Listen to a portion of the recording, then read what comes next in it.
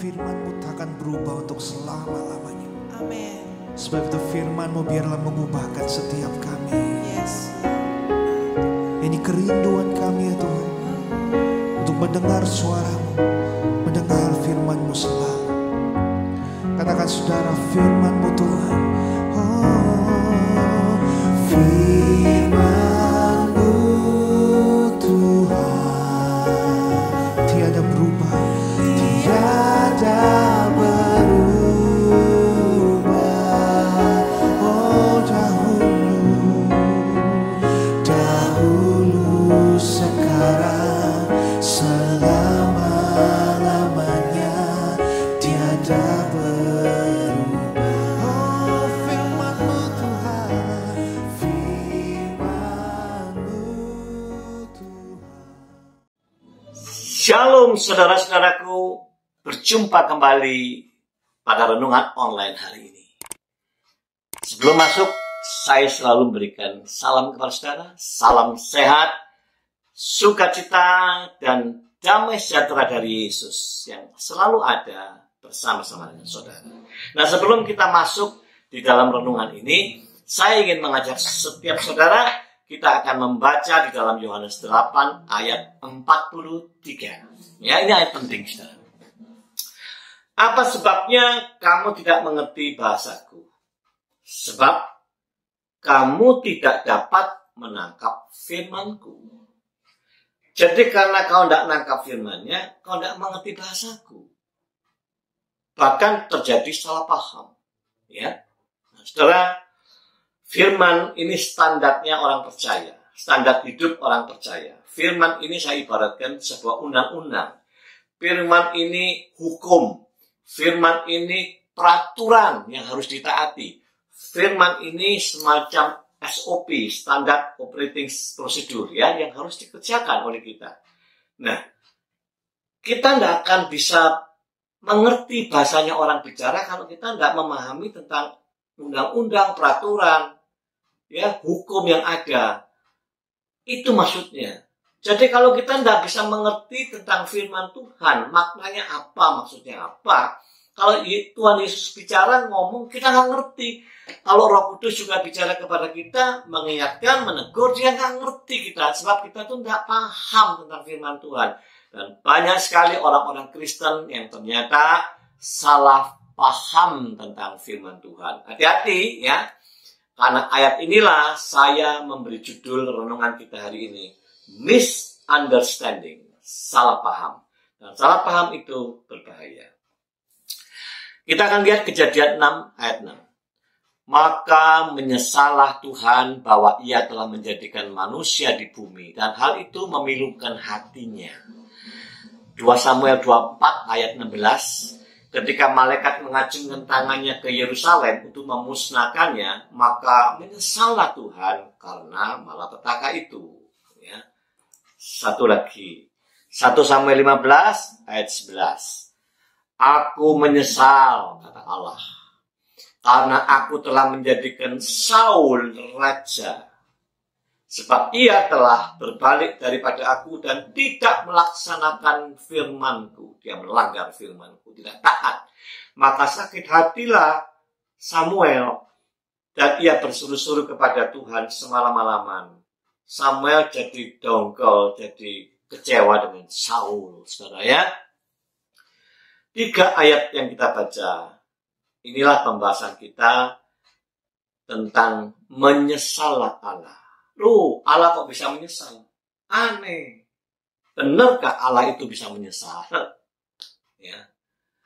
Untuk melengkapi ini, saya ngajak satu lagi baca Yeremia 18 ayat 8. Tetapi apabila bangsa yang terhadap siapa aku berkata demikian telah bertobat, ya, bangsa itu tobat dari kejahatannya, maka menyesallah aku bahwa aku hendak menjatuhkan malapetaka yang kurancangkan itu terhadap mereka. Ya, ini kata menyesal inilah yang sering jadi persoalan, sering jadi pertanyaan orang-orang lain dan saudara sulit menjawabnya.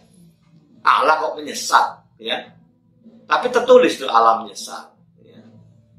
Saudara, ini dijawab di dalam Bilangan 23 ayat 19. Nampaknya kontradiktif dengan yang kita baca tadi. Allah bukanlah manusia sehingga ia berdusta, bukan anak manusia sehingga ia menyesal. Masa kan ia berfirman dan tidak melakukannya, atau berbicara tapi tidak menepatinya. Ingat ya, Allah itu bicara apa pasti ditepati, ya. Kalau bicara ini, ada sanksi ini, pasti ditepati itu. Tidak pernah dia ingkari semua perkataannya, ya. Terjawab kan, Allah itu bukan manusia sehingga ia bisa nyesal. Bukan, gitu ya. Satu lagi ayat 1 Samuel 15 ayat 29. Lagi sang mulia dari Israel tidak berdusta, dan ia tidak tahu menyesal, sebab ia bukan manusia yang harus menyesal. Kok bisa begitu? Tapi tadi ditulis Allah menyesal, udah ngangkat Saul. Dia nyesal gitu loh ngangkat Saul. Nah, apakah menyesalnya Allah itu sama dengan menyesalnya saya, saudara, semua saudara itu? Apakah sama nyesalnya Allah itu seperti itu? Kalau manusia nyesal tuh gini loh. Saya tadi beli minuman merek ini. Ternyata saya minum kok bau ya. Aduh, nyesel saya beli ini. Tahu begitu, saya nggak beli. Ya, perhatikan kalimatnya. Tahu begitu, saya nggak beli. Apakah Tuhan nyesel seperti itu? Kalau tahu Saul seperti itu, saya nggak ngangkat. Nyesel aku. Berarti, nah ini hati-hati. Berarti kalau melihat hal seperti ini kan mempunyai implikasi yang melebar di dalam kehidupan iman orang percaya. Artinya orang percaya bisa ngomong begini. Katanya Allah itu omnipotent, omniscient, omnipresent, maha kuasa, maha hadir, maha tahu. Katanya begitu. Tapi kok dalam perkara ini Allah nggak tahu dong berarti. Dia nyesel. Dia menyesal ngangkat Saul. Nah, kita pakai contoh Saul ya. Dia nyesel ngangkat Saul. Berarti dia nggak mau tahu dong. Nah, karena kerangka berpikir saudara dan saya ini dibatasi oleh kerangka berpikir manusia. Ternyata menyesalnya Tuhan itu tidak sama dengan kerangka berpikirnya Tuhan. Ya, ini terjadi di dalam Alkitab model seperti ini. Ini namanya gaya bahasa. Alkitab itu sering pakai gaya bahasa seperti ini. Ini namanya gaya bahasa antropomorfisme. Ya, ini gaya bahasa. Ya, gaya bahasa yang sengaja supaya manusia, para pembaca ini ngerti Alkitab. Bentuk atau rupa manusia itu yang dikenakan kepada dirinya Allah. Loh, kok bisa begitu? Ya ini namanya gaya bahasa. Supaya orang pembaca itu, saudara dan saya ini gampang mengerti gitu. Makanya di ayat yang lain ada kalimat tangan Allah, muka Allah, bunyi langkah Tuhan Allah. Loh, Allah itu memangnya manusia seperti kita. Ada tangan begini, ada langkah kaki yang berdetak. Oh, dia itu kata firman Yohanes 4 ayat 24, Allah itu roh adanya. Roh. Nah, penggambaran inilah untuk memperjelas saudara dan saya, ya. Sampai di sini paham ya? Nah, jadi Allah menyesal, Allah yang menyatakan perubahan sikap dan tindakan, Allah yang menyesal. Ingat, Allah yang adil, tidak pernah lepas, tidak pernah bisa dilepaskan. Apa yang sudah dia perkatakan, dia janjikan, dia nyatakan itu tidak pernah diingkari. Allah itu adil, ya. Dia sudah mengatakan bahwa manusia itu seringkali melanggar, sedangkan Allah itu menuntut manusia untuk setia. Allah menuntut kesetiaan umatnya. Allah tidak segan membatalkan berkat-berkatnya. Allah tidak segan untuk memastikan hukuman kepada umatnya yang melanggar. Hati-hati ya. Ini tidak bisa dihapus. Ini tidak bisa ditunda. Ya. Nah, apa hubungannya Pak tadi itu dengan firman Tuhan yang mengatakan Allah itu menyesal. Ada hubungannya, sangat berhubungan ya. Nah, saudara dan saya kalau keliru di sini, kita akan keliru terus gitu loh. Ya. Nah, mari saudara kita pahami kebenaran ini ya. Nah, saudara sekali lagi kita masuk bicara tentang Allah menyesal. Kalau orang menyesal itu kalau bisa dibatalkan sekarang. Sebab kita nggak mau tahu, kaget. Sudah beli ini, kita ketidaktahuannya kita nyesal, tahu gitu nggak beli. Kalau Allah kan maha tahu. Kalau udah ngangkat seseorang, memangnya Allah nggak tahu belakangnya seperti apa? Tahu. Maha tahu Allah itu, ya. Nah, maka waspadalah, kata menyesalnya Allah tidak sama dengan kata menyesalnya kita. Kata menyesalnya Allah itu selalu ada kaitannya dengan penghukuman atau malah petaka yang ditimpakan kepada manusia. Sebab Allah itu adil. Siapa yang melanggar. Siapa yang tidak bisa diberitahu, tidak pernah sadar, tidak pernah bertobat, nah Allah pasti satu titik akan melakukan penghajaran. Ya, bentuk Allah mengajar itu macam-macam, ya, macam-macam. Nah, bentuk penghukuman itu, karena itu waspadalah, hati-hati, ya.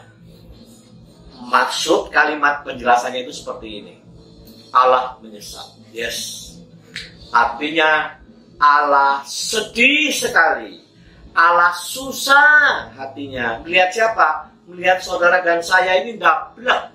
Allah susah melihat saudara ini tidak bisa diberitahu. Melihat saudara ditunggu-tunggu tetap bergelut dalam dosa terus. Tidak pernah berubah, tidak pernah meninggalkan dosa. Allah sedih. Kenapa sedih? Sebab Allah itu adil. Kalau kau gini terus, maka akan ada penghukuman. Nah itu loh. Jadi Allah ini yang mengasihi itu, dia jadi sedih karena harusnya aku mengasihi, tapi aku sedih. Aku harus menghukum engkau supaya kau bertobat, gitu loh. Ini kata menyesal itu. Beda ya, beda banget dengan menyesalnya saudara dan saya. Ya, sedih, susah melihat saudara dan saya tidak pernah bertobat. Karena apa? Akibat tidak pernah bertobat, ada penghukuman yang menanti saudara. Itulah Allah yang mengasihi, itu Allah yang menghajar anaknya. Pahamnya sampai di sini? Inilah pembahasan kata pertama tentang jangan salah paham tentang menyesal. Ya, Allah tidak seperti manusia menyesalnya. Yang kedua, kita akan bicara yang sering disalahpahami oleh saudara dan saya, ini banyak orang-orang Kristen yang lainnya, yaitu kalimat yang mengatakan seringkali peristiwa apapun di dunia ini boleh terjadi hanya karena izin daripada Tuhan. Semuanya terjadi karena izin Tuhan. Sering kan kita mendengar? Sering sekali. Semuanya Pak Yusman karena izin Tuhan. Ya, udahlah, semua izin Tuhan. Tenang saja, semua seizin Tuhan. Maaf, apakah benar semuanya seizin Tuhan? Hati-hati menaruh kata ini, gitu loh, ya. Saya akan beri contoh begini, saudara. Ada dua posisi, ya. Posisi beginilah. Posisi yang satu dan yang satu. Yang satu ini posisinya orang benar, orang baik, tapi dalam keadaan buruk dan bisa keadaan baik. Orang benar tapi mengalami kehidupan yang buruk atau kehidupannya baik. Ya, contoh yang sini. Nah, apa yang terjadi di sini? Misalnya saya ambil contoh. Saudara masih ingat peristiwa Ayub? Ayub itu orang yang takut Tuhan, orang yang saleh, orang yang benci dosa, yang menjauhi kejahatan. Nggak ada orang seperti Ayub, kata Tuhan. Tuhan percaya banget sama Ayub. Ya, Ayub menderita banget kan? Banget dia menderitanya parah. Waktu dia menderita, dia nggak tahu ada apa dengan dirinya, nggak tahu. Tapi yang tahu itu Tuhan dengan iblis, dengan setan, ya. Ini yang tahu. Siapa yang membuat menderita? Iblis. Jadi ini serangan dari luar kepada Ayub. Kok terjadi? Karena seizin Tuhan. Ayub yang baik-baik, saleh, takut dosa, menjauhi kejahatan, diserang oleh iblis. Lu kok kena? Karena seizin Tuhan. Ini diakui oleh iblis. Iblis ngomong, karena Ayub itu dipagari oleh Tuhan, dijaga, dikelilingi pagar, ya tentulah dia sama Tuhan itu berterima kasih, dia dekat. Nah, coba pagarnya dibuang, aku masuk gitu, tak kerjain, dia nggak akan setia. Ini Tuhan buktikan, silakan pagarnya diangkat sama Tuhan.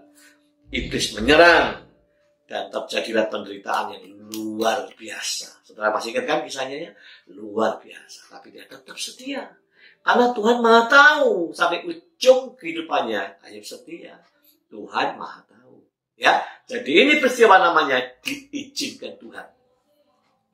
Peristiwa berikutnya, saudara masih ingat Yusuf.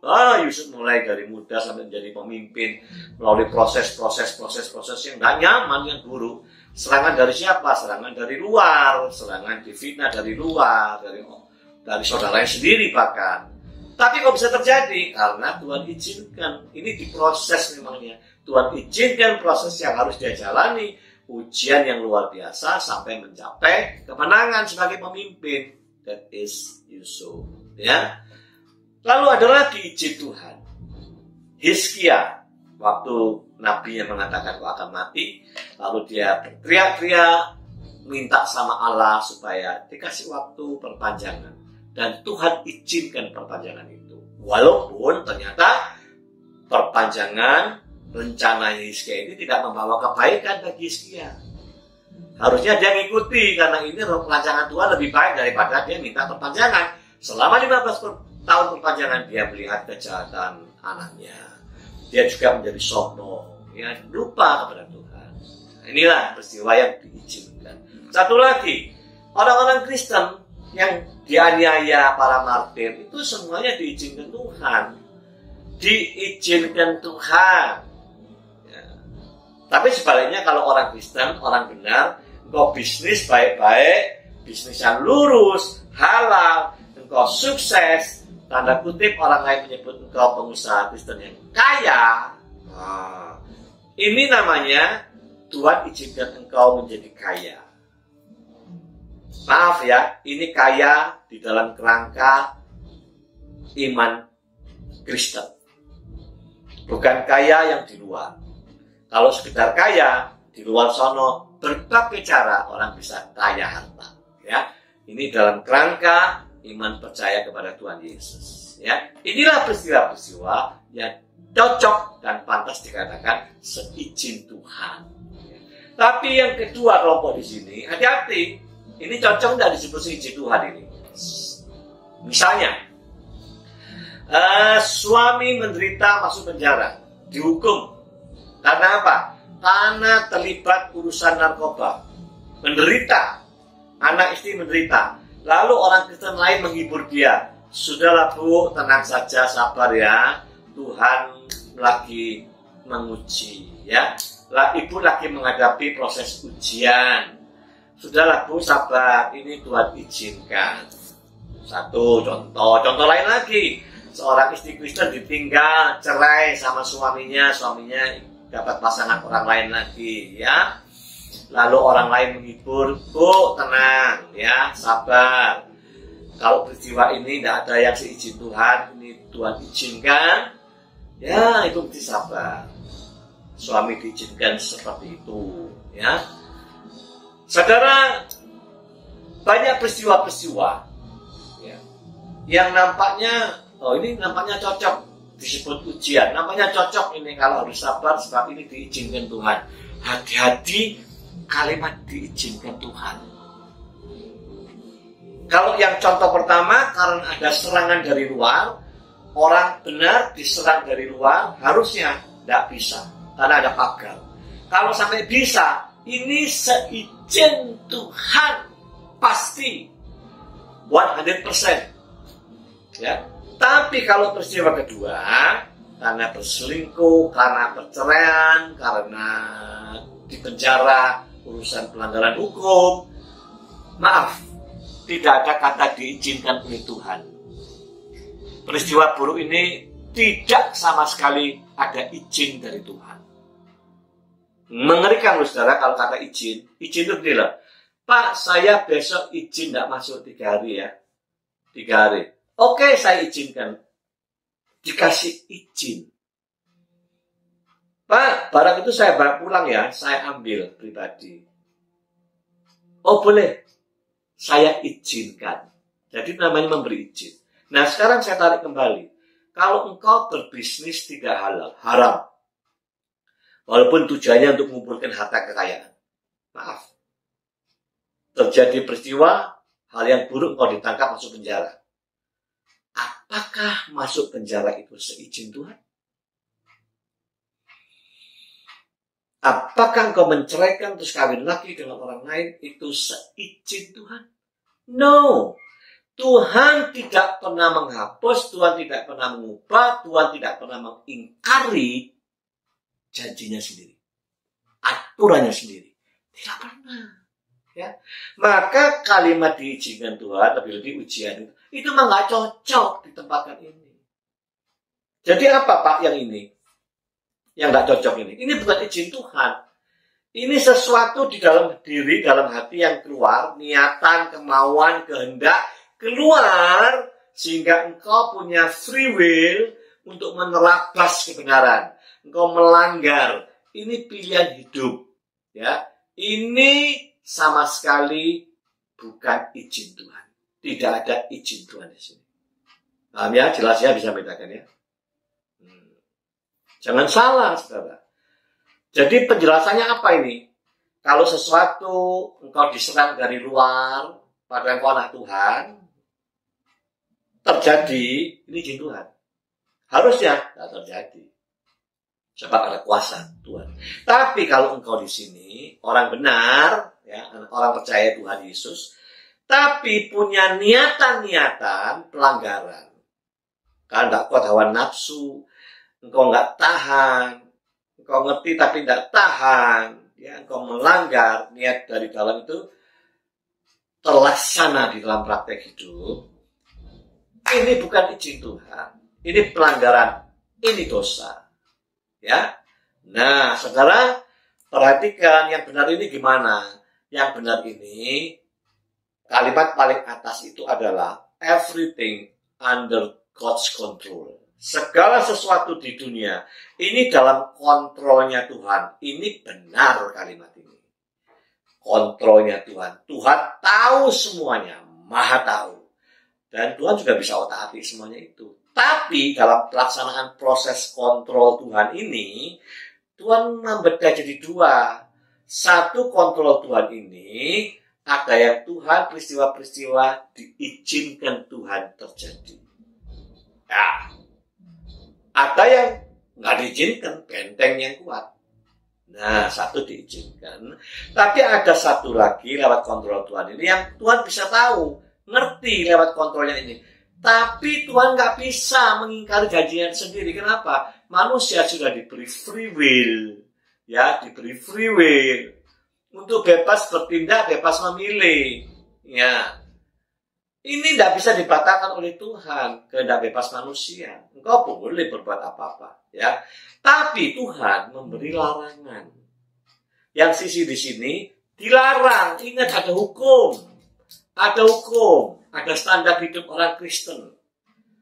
Kalau kau langgar, dosa. Dan di sini tidak pernah ada izin.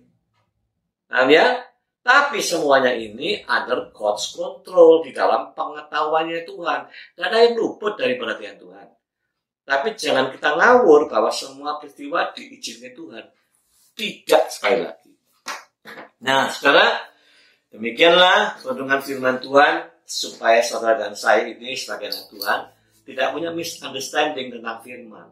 Dan masih banyak lagi misunderstanding lain. Tapi kita akan bertahap ya. Di dalam waktu yang pendek-pendek ini kita bicara renungan Tuhan. Apa yang seringkali orang Kristen ini salah. Ya, salah ngartikan, salah memakai ayat. Begitu. Akibatnya fatal loh, saudara.